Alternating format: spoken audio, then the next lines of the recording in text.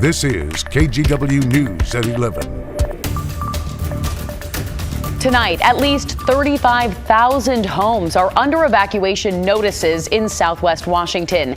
Nearly 3,000 of them are already being forced to leave. The Nakia Creek fire burning near Larch Mountain in Clark County broke through containment lines today. So here's a look at the evacuation zones. That giant red spot, that is for level 3 evacuations, which means go now. Yellow means get set, and green is get ready. There's also a rush tonight to protect staff and inmates at the Larch Corrections Center. The State Department of Corrections is deploying additional resources there, preparing to have them either shelter in place or evacuate. Class is canceled Monday for students in the Washougal School District. 2 schools in the Washougal School District are in the level 3 evacuation area: Cape Horn Sky Elementary and Canyon Creek Middle School. Thanks so much for being here with us. For KGW News at 11, I'm Brittany Folkers. And thanks to high winds and heat, the Nakia Creek fire has grown to 2,000 acres tonight and is just 5% contained.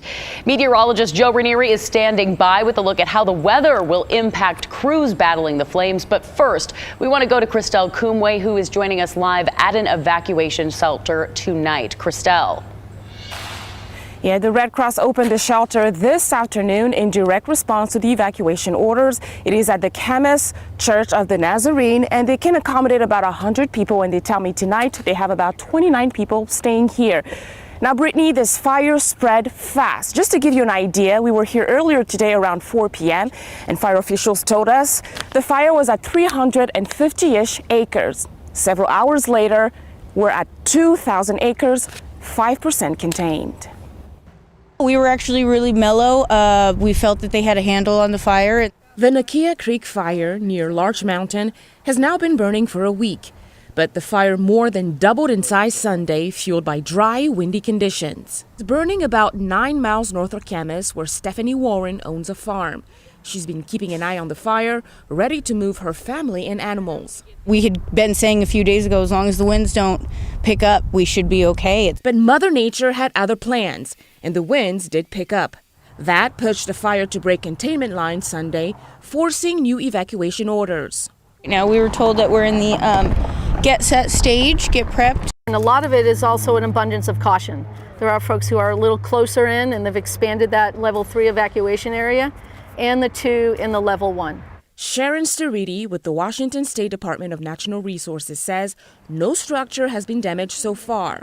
As of Sunday night, about 2,900 homes are under level 3 go now orders. State officials estimate 35,000 to 40,000 homes are impacted, either under a be ready, get set, or go now evacuation orders. We had already been prepped with kind of personal belongings in a go bag, but I just felt the time that it takes to offload farm animals, we needed to start getting them gone now. Sunday afternoon, Stephanie gathered her animals, from pigs to donkeys.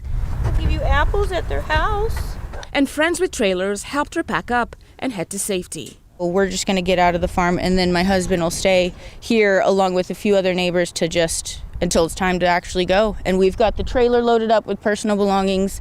While livestock are headed to the Clark County Fairgrounds for refuge, the Red Cross opened a shelter for evacuees at a church in Camas on Northeast Birch Street. As for Stephanie, she's thankful to be headed to a safer area, grateful for those lending a hand to make it happen. We have a very great community of friends, and I'm very thankful that they've come out to help us move these animals.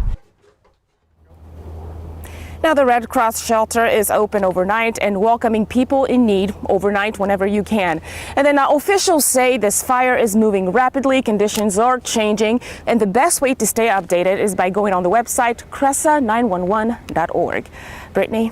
All right, Christelle, there's so much to continue to keep an eye on, which we're of course doing. And the weather conditions are a big factor. So dry and so windy today and yesterday. Yeah, it's been weeks since we've seen a good amount of rain, and that amount of rain we typically see this time of year would really help out these wildfires. That has not been the case. We've been seeing summer-like conditions here the last couple of weeks and essentially all of October. But crews are going to have a little relief heading into tomorrow. And here's a look at the current wind speeds. All is calm throughout the metro area and throughout parts of southwest Washington. As we we said, that red flag warning that had been in place essentially all weekend expired earlier this evening. But as we go through the rest of your Sunday night and into tomorrow, the winds are really going to be dying down pretty dramatically compared to what we have been seeing. We've been seeing a gust basically since yesterday afternoon, anywhere from 25 to 30 miles an hour throughout parts of the metro area and throughout parts of southwest Washington and near the Columbia River Gorge. And they are going to be relatively light here the next couple of days. But with that said, we still have some watches and warnings because of our poor air. We have an air quality alert that's going to be in place pretty much all day tomorrow. It'll expire at 5 o'clock in the evening. A big reason why is that smoke and haze has just been sitting over much of the Pacific Northwest here the last couple of days. That smoke and haze will still be in the forecast tomorrow and parts of Tuesday as well. But the air quality has slowly improved a little bit since yesterday. Yesterday was a lot of oranges out there throughout parts of the valley. Now we're looking at the moderate category, and it will slowly, gradually improve here the next couple of days by the later part of this week, definitely. But as we look at the smoke forecast, we'll put this into motion. Light amounts throughout a good part of tomorrow morning, but take a look at parts of southwest Washington. That smoke gets really thick over the next couple of days and into Tuesday as well. As we look at the weather headlines, 12 days so far this month with 80 degrees or warmer. We've seen the last 3 days with record heat, and as we go into the later part of this week, we are going to be seeing our real first push of a rainy weekend ahead. That comes as soon as Friday afternoon. I'll talk more about that in just a few minutes. All right, Joe, thank you so much. The race for Oregon's next governor is heating up. Democratic candidate Tina Kotek received another endorsement today, this time from the Oregonian's editorial board. She also got an endorsement from President Joe Biden earlier this weekend.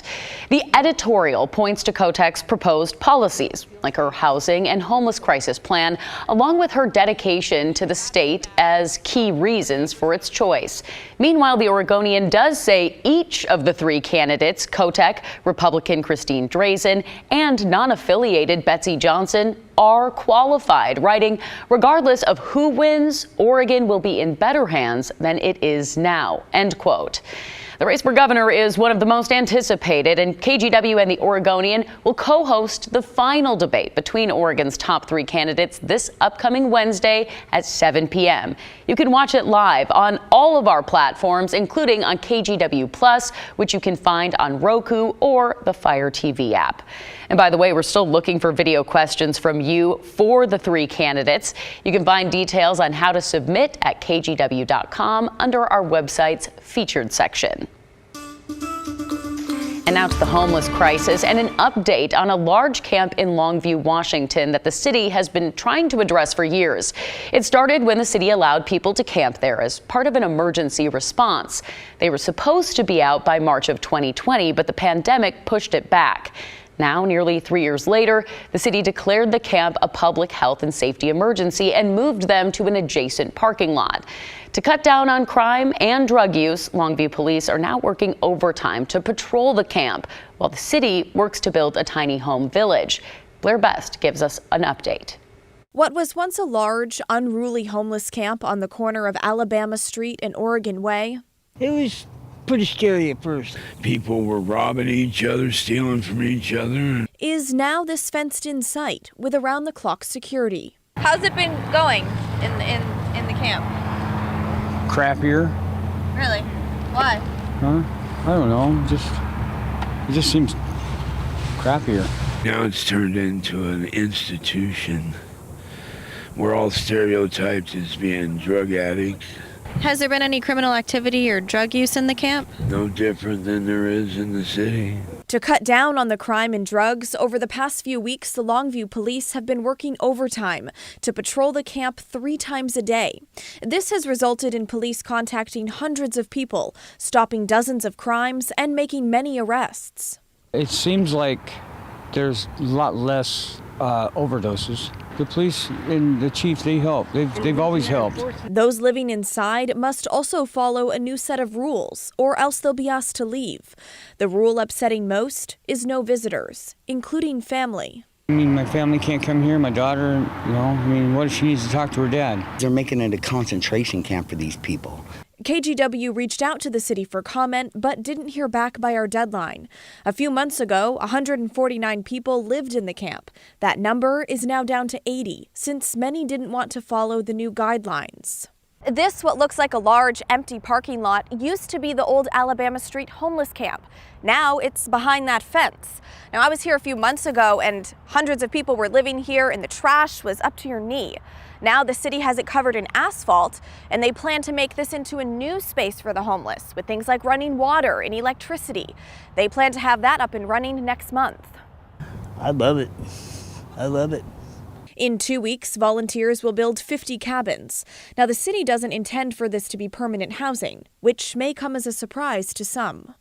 And now I've got a girlfriend that stays with me, and I mean, we're having fun. Do you have any plans of moving out of this tent space or just staying here? Just staying here. Yeah, I'm just staying here.